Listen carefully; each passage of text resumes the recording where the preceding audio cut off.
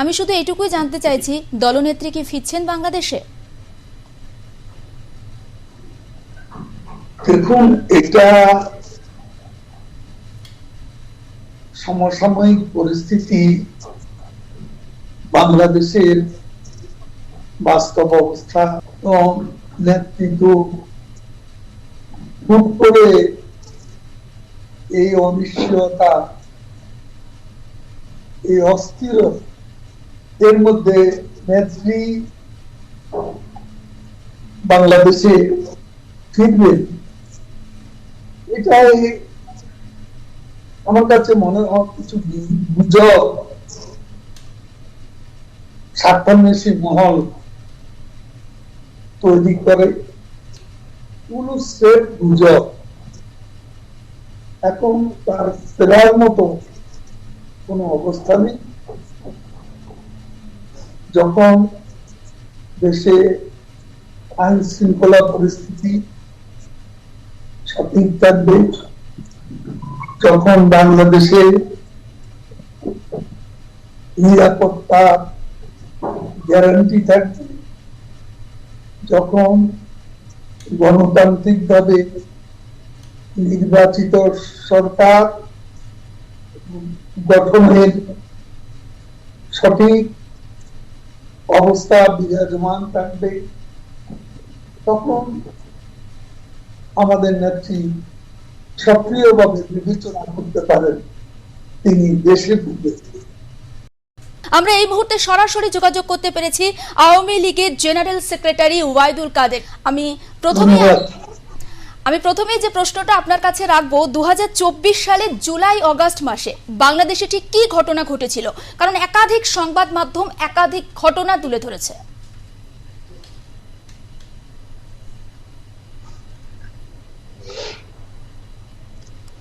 এটা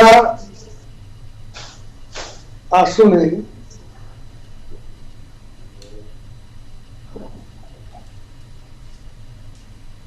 ওয়াশিংটনের বাইডেন প্রশাসনের ডিপ স্টেট এজেন্ডা, যেখানে পরিকল্পনা ছিল রেজিম চেঞ্জ। এখানে এটাকে আমরা বলি ভায়োলেন্ট ইনসারেকশন। এটা একটা সহিংস উত্থান, যেখানে জঙ্গিরা অংশ নিয়েছিল, বিশেষ করে ৭১-এর পরাজিত শক্তি বাংলাদেশের জামায়াতে ইসলামী, তাদের অঙ্গ সংগঠন ছাত্র শিবির, এর সঙ্গে ছাত্র সমাজের একটা বড় অংশ, যারা প্রতারিত হয়েছিল, এবং এখানে সেনাবাহিনীরও একটা অংশে, বিশেষ করে সেনা প্রধানের নেতৃত্বে সেনাবাহিনীর একটা অংশে এই উত্থানের সঙ্গে জড়িয়ে পড়ার বিষয়টাও সামনে এসেছে, এবং এদের এই ডিফেস্টিক রেজিম চেঞ্জের মুখচ্ছবি ছিলেন মূলত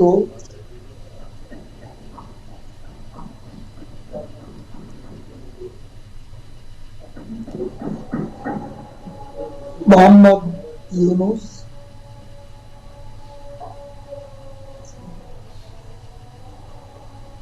তিনি ডিভাস্টেটেড পাপেট এবং ছদ্মবেশী এক গন্ড, যাকে বলা হয় ইম্পোস্টার।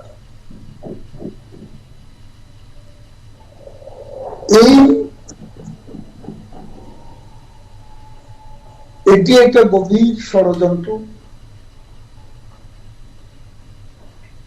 যে এই ষড়যন্ত্রে বাংলাদেশের স্বাধীনতার স্থপতি,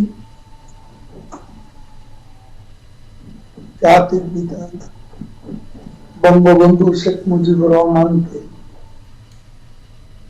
৭৫-এর 15ই আগস্ট সপরিবারে নৃশংসভাবে হত্যা করা। সেদিন আমাদের নেত্রী, জননেত্রী শেখ হাসিনা এবং তার বোন রেহানা বিদেশে অবস্থান করা, বেলজিয়ামে অবস্থান করা, তারা লাকিলি এসকেপ করেছে। কিন্তু বাংলাদেশে ষড়যন্ত্রের যে ধারাবাহিকতা, জেলের অভ্যন্তরে আমাদের জাতীয় চার নেতার হত্যাকাণ্ড, 2004 সালে 21শে আগস্ট তৎকালীন বিরোধী দলের নেতা জননেত্রী শেখ হাসিনাকে লক্ষ্য করে বঙ্গবন্ধু অ্যাভিনিউতে ভয়াবহ গ্রেনেড হামলা। সেদিন আমাদের নেত্রী, বলবো লাকিলি তিনি স্টেট করেছিলেন, যদিও গ্রেনেডের আঘাতে তার একটা কানের শ্রবণ শক্তি নষ্ট হয়ে গিয়েছিল। আমাদের মহিলা নেত্রী বেগম আইভি রহমান সহ 23টি প্রাণ সেদিন ঝরে গিয়েছিল। 500-রও বেশি আমাদের নেতা কর্মী আহত হয়েছিল। অনেকেই চিরদিনের মতো পঙ্গুত্ব বরণ করেছিল। আপনারা জানেন, সেই 21শে আগস্টের গ্রেনেড হামলা সহ মোট 20 বার আমাদের নেত্রী প্রধানমন্ত্রী শেখ হাসিনার জীবনের উপর হামলা এসেছে এবং এইসব ব্যক্ত হামলার পর তাকে বারে বারে টার্গেট করা হয়েছে এবং আমরা দেখতে পাই যে তিনি বাংলাদেশে যারা 71-এর মানবতা বিরোধী অপরাধ, যুদ্ধাপরাধীদের বিচার সংগঠিত করেছিলেন,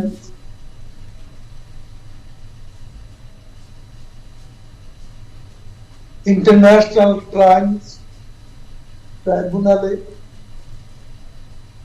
সেখানে যুদ্ধাপরাধীদের প্রধান প্রধান নেতা যারা জামাতে ইসলামীর নেতা, তাদের ফাঁসি হয়েছিল এবং তাদের ফাঁসি এক্সিকিউট করা হয়েছে। এবং এখানেই স্বাধীনতা বিরোধী জামাত শিবির এদের একটা আক্রোশ, প্রতিশোধ প্রবণতা, এরা ভিতরে ভিতরে বিশেষ করে আন্ডারগ্রাউন্ড জঙ্গি তৎপরতা, এর মধ্য দিয়ে তারা বারবার আঘাত আনতে চেষ্টা করে ব্যর্থ হন এবং প্রধানমন্ত্রী শেখ হাসিনার আমলে শুধু বাংলাদেশে ঈশ্বরীয় উন্নয়ন, যা সারা বিশ্বে প্রশংসিত হয়েছিল, বাংলাদেশের অর্জন ও উন্নয়ন পৃথিবীর বিরল অর্জন বলে খ্যাত হয়েছিল।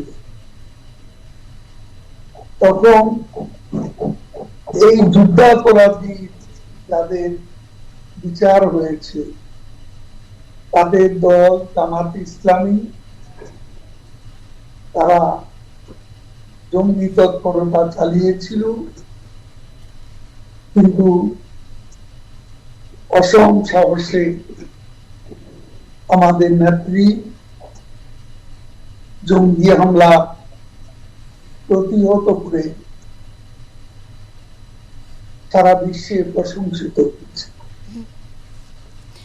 এবারে আপনার কাছে স্যার অবশ্যই শুনবো, কিন্তু এবারে যে প্রশ্নটা রাখবো আমি আবারও একটু জুলাই আগস্ট আন্দোলনের ওই প্রেক্ষাপটটাতে ফিরে যেতে চাইছি। অর্থাৎ বিভিন্ন সংবাদ মাধ্যম থেকে যে তথ্য আমরা পেয়েছি, 5ই আগস্ট যেদিন শেখ হাসিনা তিনি দেশ ছাড়তে বাধ্য হয়েছিলেন, সত্যিই কি দেশ ছাড়ার মতো পরিস্থিতি তৈরি হয়েছিল? এটা একটা বিষয় যেমন জানবো। অন্যদিকে ওয়াকারুজ্জামান তিনি 4ঠা আগস্ট একেবারে গণভবনে গভীর রাত পর্যন্ত বৈঠক করেছিলেন বা মিটিং করেছিলেন, তারপর হঠাৎ করে 5ই আগস্ট কেন সেনার এতটা ঢিলেমি লক্ষ্য করা গিয়েছিল?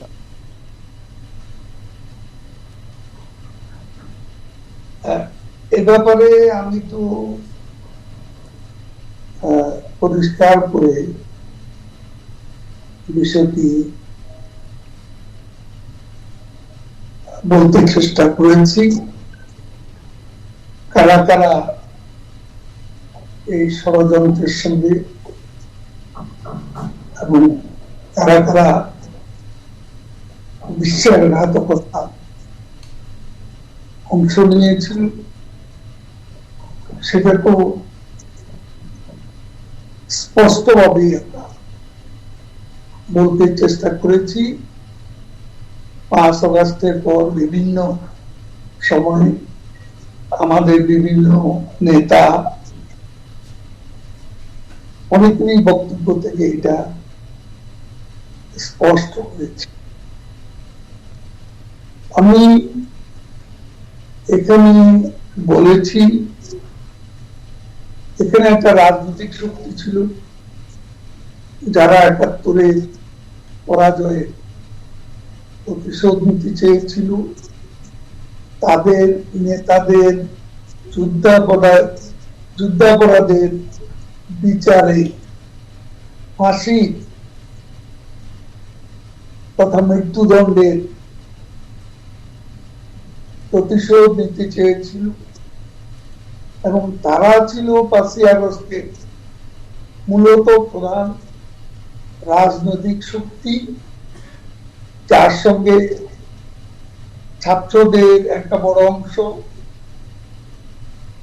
প্রতারিত হয়ে সেই আন্দোলনে অংশ নিয়েছিল, এই ব্যাপারগুলো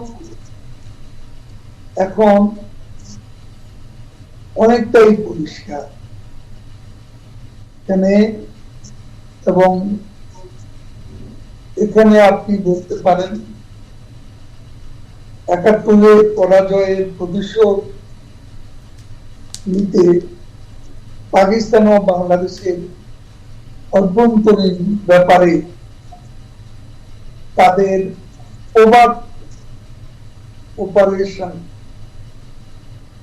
তারা চালিয়ে যাওয়ার পরিকল্পনা হাতে নেয় এবং পাকিস্তানের দূতাবাস, ISI তৎপরতা, এগুলো এই ষড়যন্ত্রের বা ডিফেস্টিং এজেন্ডার বাস্তবায়নে সক্রিয় ছিল। একথা আমি আগেই পরিষ্কার করে বলার চেষ্টা করেছি। এবার একটু বাংলাদেশের এই যে আসন্ন নির্বাচন, সেই নির্বাচনের বিষয়ে আলোকপাত করি, কারণ নির্বাচনে ইতিমধ্যে আওয়ামী লীগের উপরে একটা নিষেধাজ্ঞা জারি করা হয়েছে এবং বাংলাদেশ নির্বাচন কমিশন তারা ইতিমধ্যে জানিয়ে দিয়েছে। এই বিষয়টাকে আপনারা কিভাবে দেখছেন? আওয়ামী লীগ কি নির্বাচনে অংশ নিচ্ছে? দেখুন, আওয়ামী লীগের কার্যকলাপ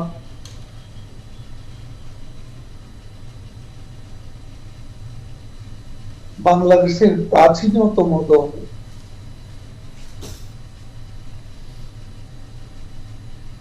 ঐতিহ্যবাহী দল।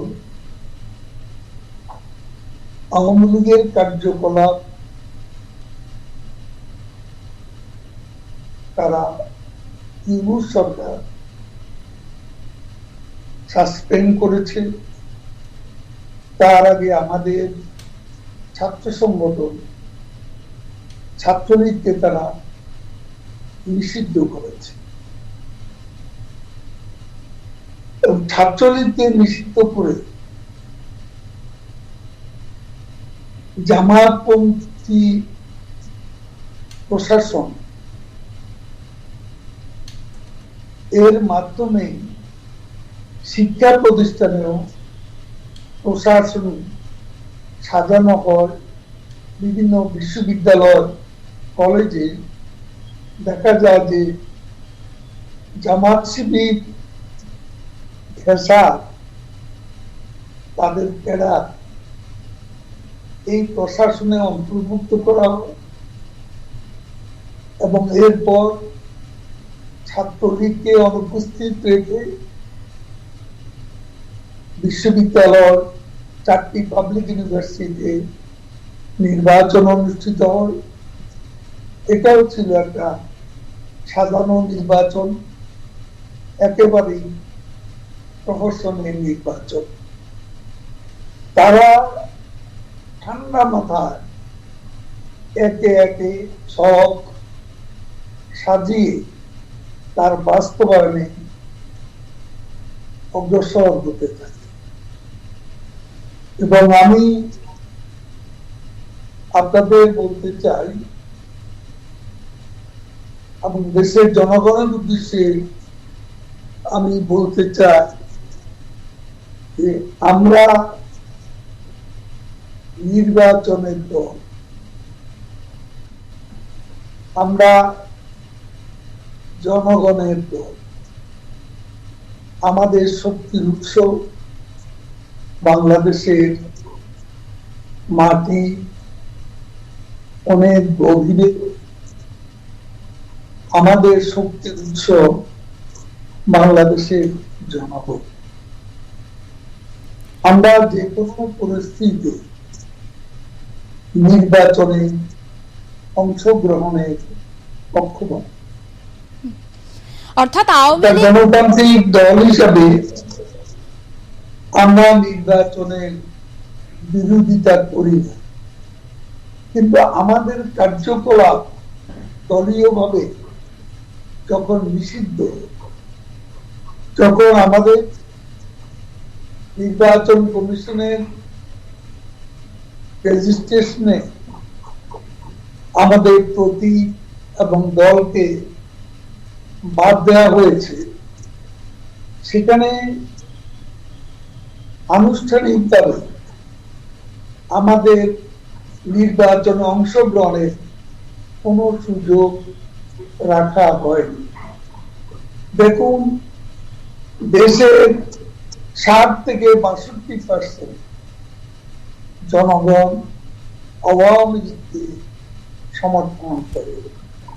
এই বিপুল সংখ্যক লোক যে পার্টি সমর্থক, সেই পার্টিকে নির্বাচন থেকে দূরে রেখে বাংলাদেশে পার্টিসিপেটরি বা ইনক্লুসিভ অংশগ্রহণমূলক নির্বাচন কি করে সম্ভব? এতে নির্বাচন ফ্রিও হয় না, ফেয়ারও হয় না, ইম্পার্শিয়ালও হয় না, পার্টিসিপেটরিও হয় না, ইনক্লুসিভও হয় না। এ ধরনের অবৈধ, এ সরকারের অবৈধ নির্বাচন আমরা কিভাবে অংশ নিই? আর আমরা এটা বলতে চাই, আমাদেরকে দেশের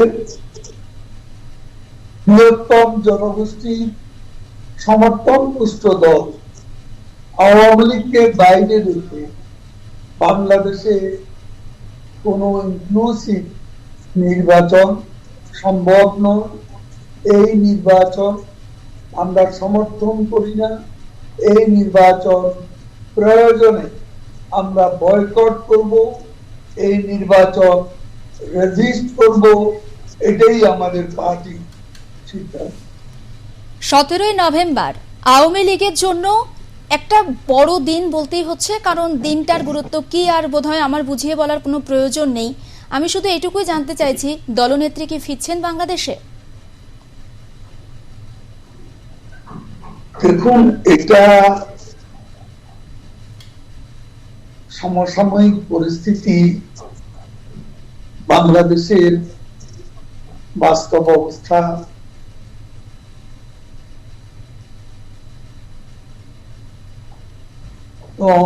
নেতৃত্ব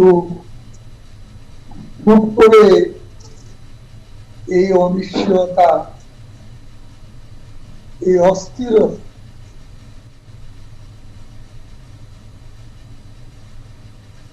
এর মধ্যে নেত্রী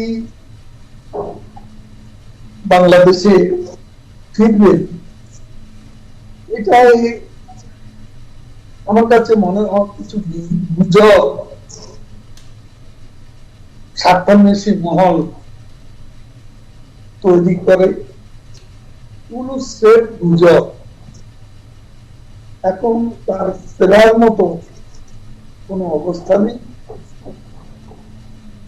যখন দেশে আইন শৃঙ্খলা পরিস্থিতি সঠিক থাকবে, যখন বাংলাদেশে নিরাপত্তা গ্যারান্টি থাকবে, যখন গণতান্ত্রিকভাবে নির্বাচিত সরকার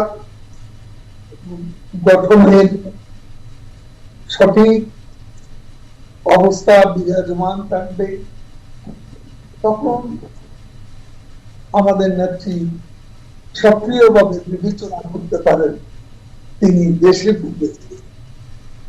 আর উনি যাদের আজকে আশ্রয় আছে, ভারত, বলা বাহুল্য আমাদের ৭১ আমাদের স্বাধীনতার সেই দুঃসময়ে আমাদের মুক্তিযুদ্ধের সবচেয়ে বিশ্বস্ত বন্ধু ভারত, যারা আমাদের নেত্রীকে আশ্রয় দিয়েছিল ভারত সরকার। তার আগে ৭৫ সালে বঙ্গবন্ধু হত্যার পর বঙ্গবন্ধুর কন্যা শেখ হাসিনা ৬ বছর ভারতের তত্ত্বাবধানে আশ্রয় ছিলেন। কাজে এখন আমাদের একটা বিষয় বিবেচনা করতে হবে, আজকে আন্তর্জাতিক জাতীয় অনেক কিছুই পরিস্থিতিকে ইনফ্লুয়েন্স করছে। আজকে জিও পলিটিক্যাল স্ট্র্যাটেজি দক্ষিণ পূর্ব এশিয়া নতুন করে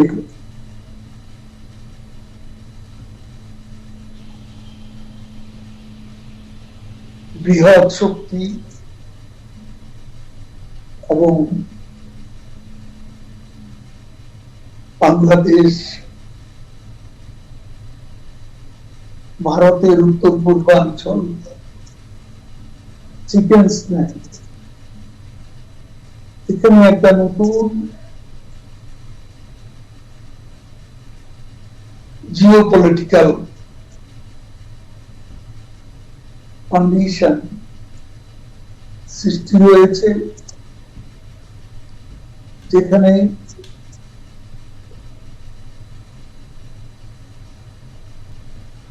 ইসলামাবাদ জড়িত,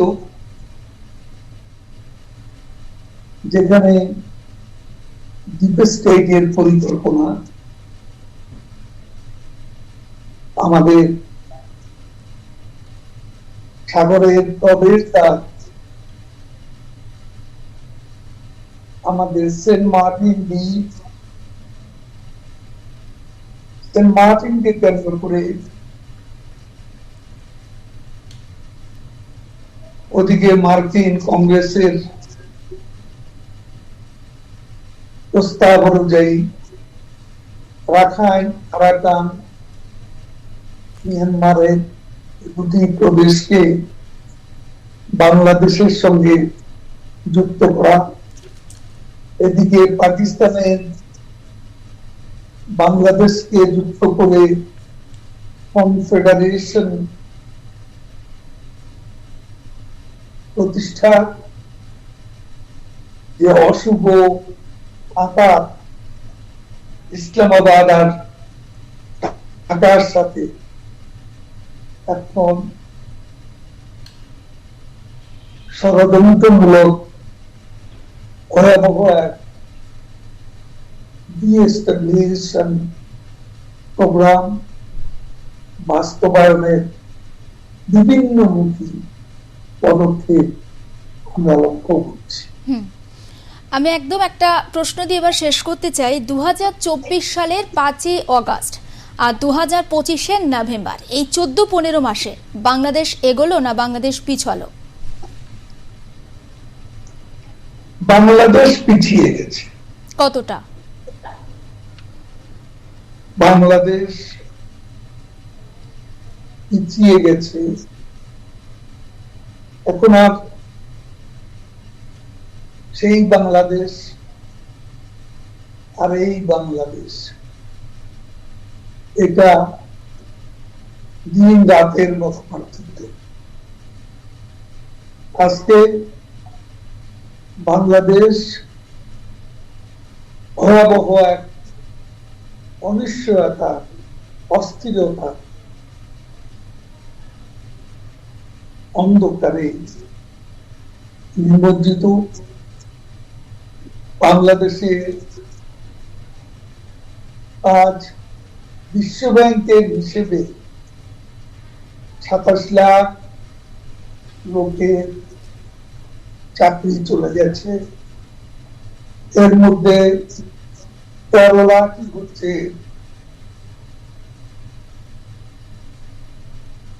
নারী। আজকে বাংলাদেশের ইনফ্লেশন এশিয়ার মধ্যে এশিয়া মহাদেশের মধ্যে প্রথম স্থানে রয়েছিল। দারিদ্র্যে শেখ হাসিনার আমলে 18% মানুষ দারিদ্র্য সীমা,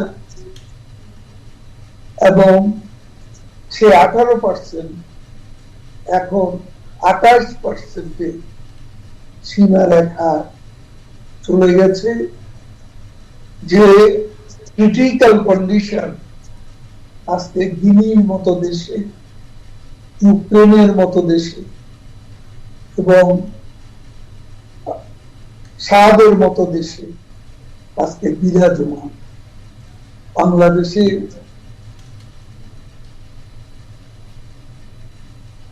খেলাপিহীন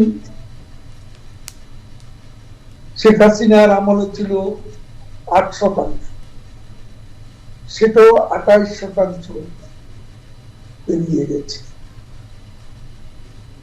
দেশের মানুষ আজকে অসহায়, সাধারণ মানুষ ক্ষুব্ধ, এবং সারা দেশে মিল কলকারখানা বন্ধ। আমাদের গার্মেন্ট শিল্প যেটা ছিল সম্ভাবনা, সেটা এখন ধ্বংসের পথে। লক্ষ লক্ষ শ্রমিক বেকার হয়ে গেছে। আজকে নবক্রেসিতে লক্ষ লক্ষ মানুষ আক্রান্ত হয়েছে।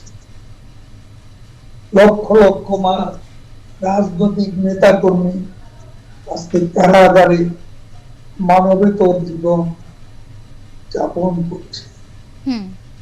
আর চাঁদাবাজি, লুণ্ঠন, নবক্রেসি পুরো দমে চলছে। দিনের বেলা কারো জীবন নিরাপদ নয়, দিনেও নয়, রাতেও নয়। প্রত্যেকেই আজকে নিরাপত্তাহীনতার মধ্যে আছে। সাধারণ মানুষের কাছে দ্রব্যমূল্য ধরা ছোঁয়ার বাইরে, জিনিসপত্রের ঊর্ধ্বগতিতে মানুষের জীবনে, নিম্ন আয়ের মানুষ, সাধারণ মানুষ, কৃষক, শ্রমিক, সবার জীবনে নাভিশ্বাস উঠেছে। আজকে বাংলাদেশে সাংবাদিকদের প্রায় 1000 সাংবাদিকের অ্যাক্রেডিটেশন কার্ড বাতিল করা হয়েছে। আজকে বহু সাংবাদিক কারাগারে, বহু সাংবাদিকের চাকরি নেই। আজকে মিডিয়ার কোনো স্বাধীনতা নেই।